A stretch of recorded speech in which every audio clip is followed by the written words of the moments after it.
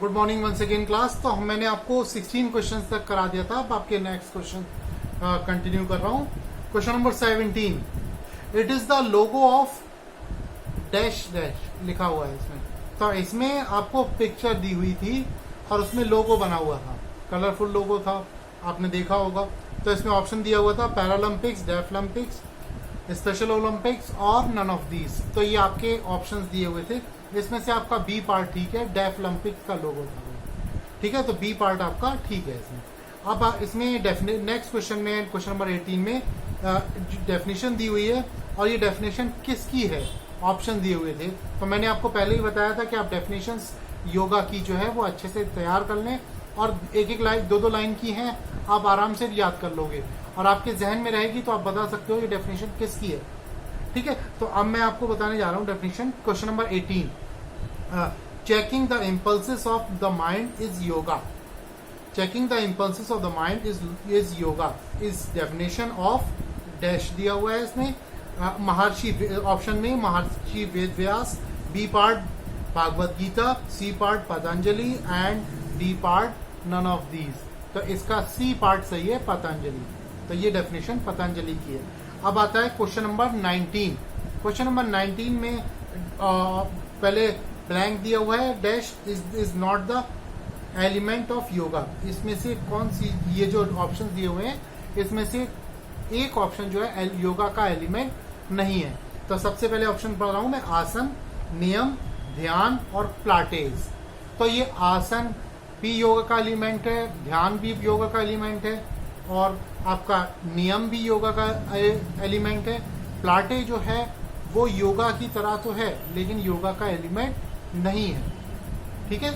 तो इस वजह से आपका डी पार्ट जो है वो सही है। इसमें is not the elements of yoga, तो इसमें एलिमेंट ऑफ योगा, तो इसमें आपका प्लाटे डी पार्ट सही है, ये योगा का एलिमेंट नहीं है। इसके बाद आता है question number 20, sitting for a long time in a comfortable posture is called. Sitting for a long time in a comfortable posture is called. इसमें ऑप्शन दिए हुए हैं, A asana, B training, C both of these और D none of these. तो आपसे जो मैंने कई बार योगा की डेफिनेशन बताई थी, वो आसन की डेफिनेशन बताई थी, वो मैंने कई बार वीडियोस में भी और आपको रिटन में भी बताई थी, बोली थी कि sitting for a long time in a comfortable posture is called आसन, नॉट ट्रेनिंग, और ना ही बोथ ऑफ दीज और ना ही आपका नन ऑफ दीज। तो आसन की डेफिनेशन है ये, sitting for a long time in a comfortable posture is called आसन। तो ये आपका क्वेश्चन नंबर 20 में आपका ए पार्ट आसन ऑप्शन में सही है। तो इसके बाद आता है क्वेश्चन नंबर 21, ब्लैंक दिया हुआ है, dash can be done after taking meal. मैंने आपको बताया था कि वो पोस्चर जरूर ध्यान में रखिएगा जो आप खाना खाने के बाद कर सकते हैं। सिर्फ दो पोस्चर हैं जो आप खाना खाने के बाद कर सकते हैं, एक है शवासन और एक है वज्रासन। तो मैंने इसमें ऑप्शन दिए हुए हैं, Sarvangasana, Vajrasana B part, C part Chakrasana और पश्चिमोत्तानासन डी। तो ये आपका सर्वांगासन भी आप नहीं कर सकते, पश्चिमोत्तानासन भी, चक्रासन भी नहीं कर सकते, सिर्फ वज्रासन यानी बी पार्ट इसका सही है। इसके बाद आता है कोबरा पोज इज कॉल्ड भुजंगासन, ताड़ासन, शवासन या शलभासन। तो कोबरा पोज यानी भुजंगासन, भुजंगासन इसका एक जो ऑप्शन है वो सही है। भुजंग संस्कृत में सांप को कहते हैं और भुजंगासन यानी कोबरा पोज, ठीक है। तो कोबरा पोज जो कहा जाता है वो भुजंगासन को कहा जाता है। इसके बाद question number 23, dash are the components of pranayama. आपके प्राणायाम के कंपोनेंट्स कौन कौन से।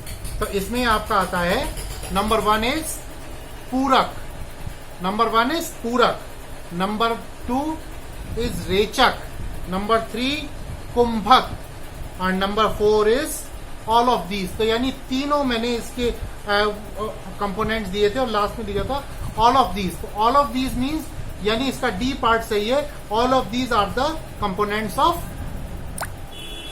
ऑफ प्राणायाम। तो ये आपका क्वेश्चन, इसका डी पार्ट सही है, ऑल ऑफ दीज, ठीक है। इसके बाद आता है question number, second last question, question number 24, question number dash for improving concentration. यानी इसमें आसन के नाम दिए हुए हैं और कंसंट्रेशन इंप्रूव करने के लिए कौन कौन से आसन आपके जरूरी है। तो सबसे पहला आता है चक्रासन, हलासन, सुखासन या नन ऑफ दीज। चक्रासन आपको मालूम है, चक्रासन कंसंट्रेशन के लिए नहीं है, हलासन भी कंसंट्रेशन के लिए नहीं है। कंसंट्रेशन आप सिर्फ पद्मासन और सुखासन में ही कर सकते हैं।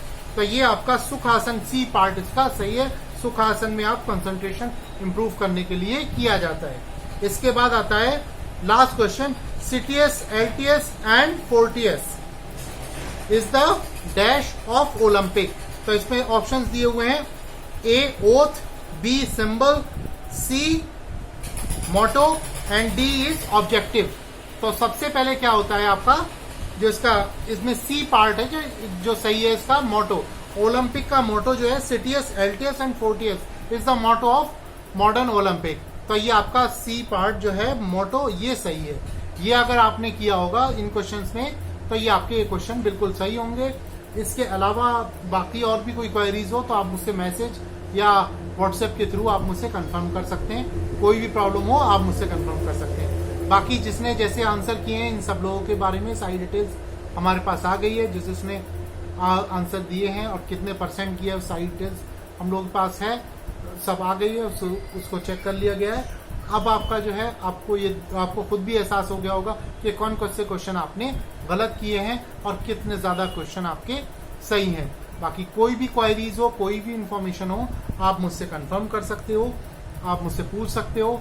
और भी कोई इससे रिलेटेड अब नेक्स्ट टाइम आपका आता है कि आपका फिजिकल एजुकेशन में जो आपके 5 चैप्टर्स कंप्लीट करा दिए गए थे, अब मैं आपका नेक्स्ट टाइम जो क्लास होगी उसमें आपके 6 चैप्टर स्टार्ट करूंगा।